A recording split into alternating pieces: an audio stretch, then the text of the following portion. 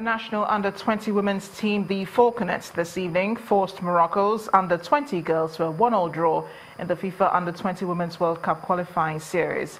The draw in Casablanca puts the Falconets at advantage ahead of the return leg, which comes up in a fortnight in Nigeria. The Falconets will face South Africa in the final round if they beat Morocco. The Falconets have appeared at all 7 editions of the FIFA Under-20 Women's World Cup and reached the final twice, in 2010 and 2014.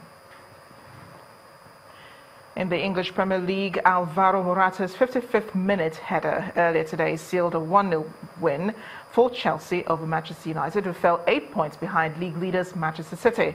Morata headed home Cesar Azpilicueta's cross in the 55th minute to ease the pressure on Antonio Conte. With Manchester City beating Arsenal 3-1 earlier on Super Sunday, the title race has already taken a big swing to the blue side of Manchester, but Chelsea closed to within 9 points with this deserved victory. In another clash, goals from Oumar Niasse, Dominic Calvert-Lewin and Leighton Baines saw Everton come back from 2 goals down to beat Watford 3-2 in a dramatic contest at Goodison Park. Earlier, Tottenham beat Crystal Palace 1-0 at Wembley. In tennis, American Jack Sock this evening clinched the last qualifying spot for the ATP Tour Finals when he beat Serbian qualifier Filip Krajinovic 5-7, 6-4, 6-1 in the Paris Masters final.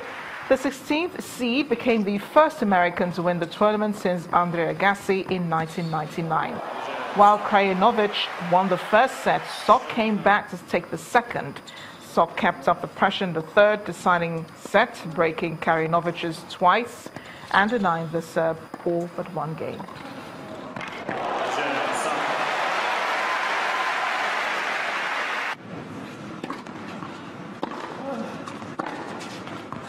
Jeu, c'est le match. Sock. 2 manches à 1, 5-7, 6-4.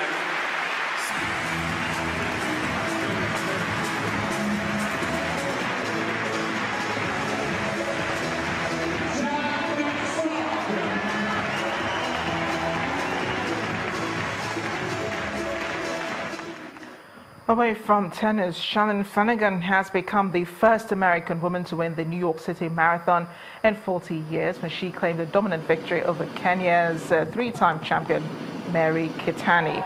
The men's title went to Kenyan Jeffrey Kamworo, who held off countryman Wilson Kipsang in an exciting but slow finish. Flanagan, who had never won a major marathon earlier today, clocked on an unofficial 2 hours 26 minutes 53 seconds for a stunning victory at the age of 36.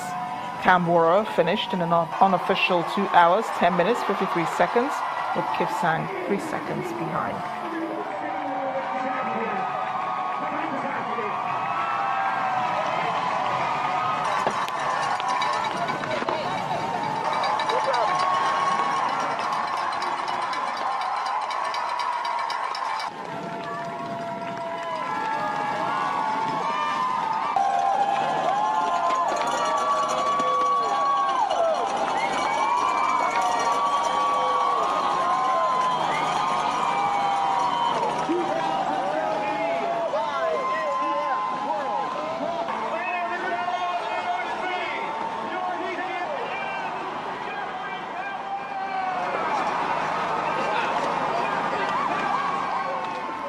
WBC heavyweight champion Deontay Wilder has declared war on IBF and WBA heavyweight champion Anthony Joshua and challenged the Brits to meet him in the ring.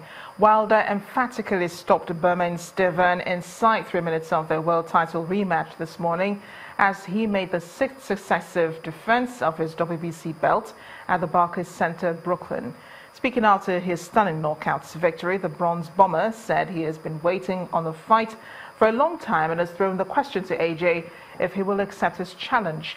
With his 6th title defense, Wilder now has 39 undefeated fights and 38 to his name and wants to unite the heavyweight titles.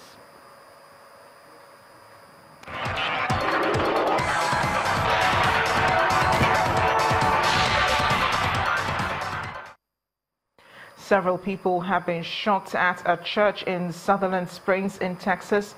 The attack happened around 11:30 a.m. local time at First Baptist Church, 35 miles east of San Antonio.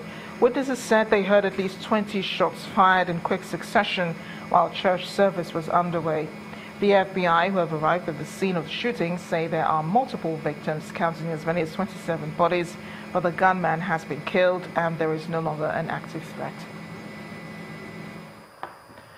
The Queen's private estate has been named in a huge new leak of financial documents of investments of the powerful and ultra-wealthy in offshore tax havens. Dubbed the Paradise Papers, the leak contains 13.4 million documents, mostly from one leading firm in offshore finance, being investigated by nearly 100 media groups. The Paradise Papers show that about £10 million of the Queen's private money was invested offshore. It was put into funds in the Cayman Islands and Bermuda by the Duchy of Lancaster, which provides the Queen with an income and handles investments for her £500 million private estate. There's nothing illegal in the investments and no suggestion that the Queen is not paying tax, but questions may be asked about whether the monarch should be investing offshore. The Duchy said it was not involved in decisions made by funds, and there is no suggestion the Queen had any knowledge of the specific investments made on her behalf. Today's revelations form only a small part of a week of disclosures that will expose the tax and financial affairs of some of the hundreds of people and companies named in the data, some with strong UK connections. 11 Saudi Arabia princes, 4 sitting ministers and dozens of ex-ministers are being detained by a new anti-corruption body headed by Crown Prince Mohammed bin Salman. Among them is billionaire Prince Al-Walid bin Talal, who has investments in Twitter and Apple. Others reported to have been detained include former Finance Minister Ibrahim Al-Assaf, a board member of the Saudi Aramco oil company, Economy Minister Adel Faki, former Riyadh Governor Prince Turki Al Abdullah, former head of the Royal Court Khalid Al Tuwarijiri, Bakr bin Laden, the chairman of Saudi Bin Laden Construction Group and brother of Osama bin Laden. Many believe the move has helped the Crown Prince consolidate his hold on power by granting the new Anti-Corruption Committee the right to issue arrest warrants and travel bans. And the main news again, the federal government has removed Special Assistant to the President on Prosecutions, Okoye Obonobla, as head of its Special Investigation Panel on Recovery of Public Properties. The federal government's position was contained in a memo from the Attorney General of the Federation and Minister of Justice, Abubakar Malami, which says Mr. Obonobla has been acting in ways contrary to the act establishing the panel. He's also been directed to stop granting press interviews unless he gets clearance from the Minister of Justice. Also today, over 27 persons were killed after a gunman opened fire during service at a local church in Texas in the United States. And that's the news at 10 tonight. Thank you for watching. I am Amarachi Ubani. Good night.